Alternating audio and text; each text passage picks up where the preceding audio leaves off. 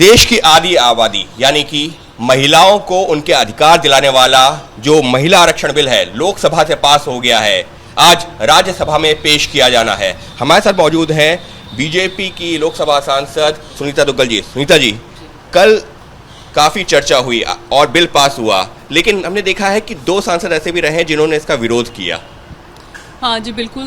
मुझे भी इस बात की बहुत हैरानी हुई कि जिस तरह से 454 जो सांसद हैं उन्होंने इसके पक्ष में वोट किया, चाहे किसी भी दल के क्यों नहीं थे वो, लेकिन दो सांसद ऐसे भी रहे जिन्होंने इसके पक्ष में वोट नहीं किया।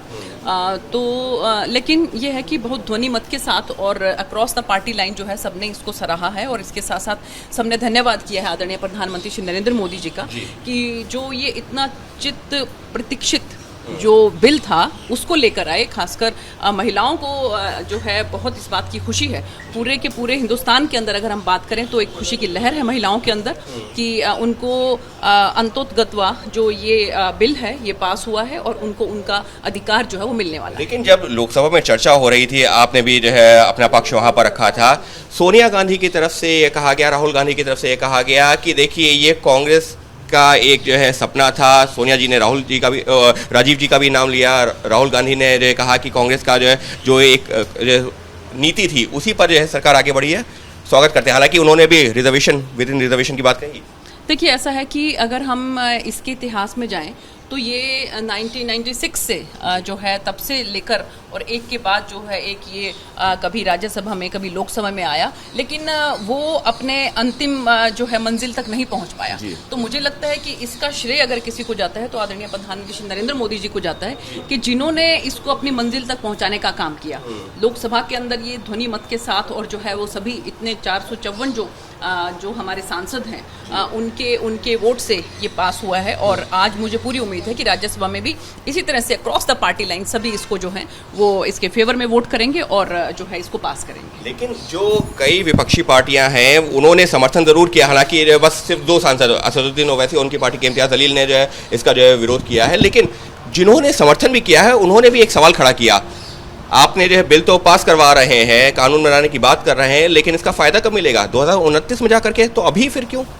देखिए, ऐसा है कि इसके अंदर बहुत सी ऐसी तकनीकी जो हैं वो उनको पूरा करने के बाद ही जो है ये अमल में लाया जा सकेगा। क्योंकि चाहे हम बात करें सेंसस की तो बहुत सालों से ही जो सेंसस नहीं हुआ है, तो सेंसस होने के बाद हमारी एग्जैक्ट हमारी पॉपुलेशन क्या है और उसके बाद फिर जो डिलिमिटेशन है कि उसके बाद जो है पॉपुलेशन के हिसाब से हमारी सीट्स कितनी होंगी, तो उसके अकॉर्डिंगली ही इसमें जो है वो महिलाओं को रिजर्वेशन मिल पाएगी। तो इसीलिए जो है इसके अंदर जो है वो थोड़ा समय लगेगा, लेकिन ये है कि बिल पास होने के बाद वो अमल में ज़रूर लाया जाएगा। लेकिन सवाल ये उठता है, जैसे विपक्षी पार्टियां कह रही हैं कि लड्डू तो आपने दिखा दिया, लेकिन आज की तारीख में अगर हम लड्डू खा ही नहीं सकते तो क्या इस बिल को जो कानून बनाने की बात हो रही है सिर्फ चुनाव को ध्यान में रखते हुए किया जा रहा है? क्या टाइमिंग के ऊपर भी सवाल खड़े कर रहे हैं? नहीं, देखिए, ऐसा है कि जैसा मैंने आपको बताया कि बहुत सी चीज़ें ऐसी होती हैं, क्योंकि ये जो है इसको कॉन्स्टिट्यूशन के अंदर इसमें जो है अमेंडमेंट है।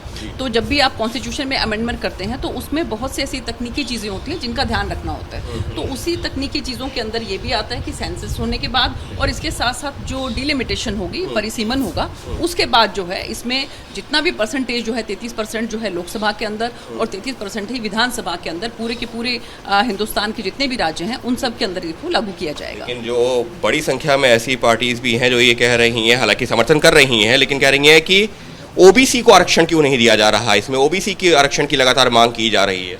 देखिए, उसके बारे में भी मैं यही कहना चाहूँगी कि वो भी एक तकनीकी इशू है। अभी फिलहाल के अंदर भी अगर हम देखें तो हमारी लोकसभा के अंदर जो है वो केवल 3 क्लासेस हैं, एक जनरल क्लास है, एक एससी क्लास और एक एसटी क्लास है। अभी भी जो है वो ओबीसी का रिजर्वेशन जो है वो लोकसभा के अंदर नहीं है।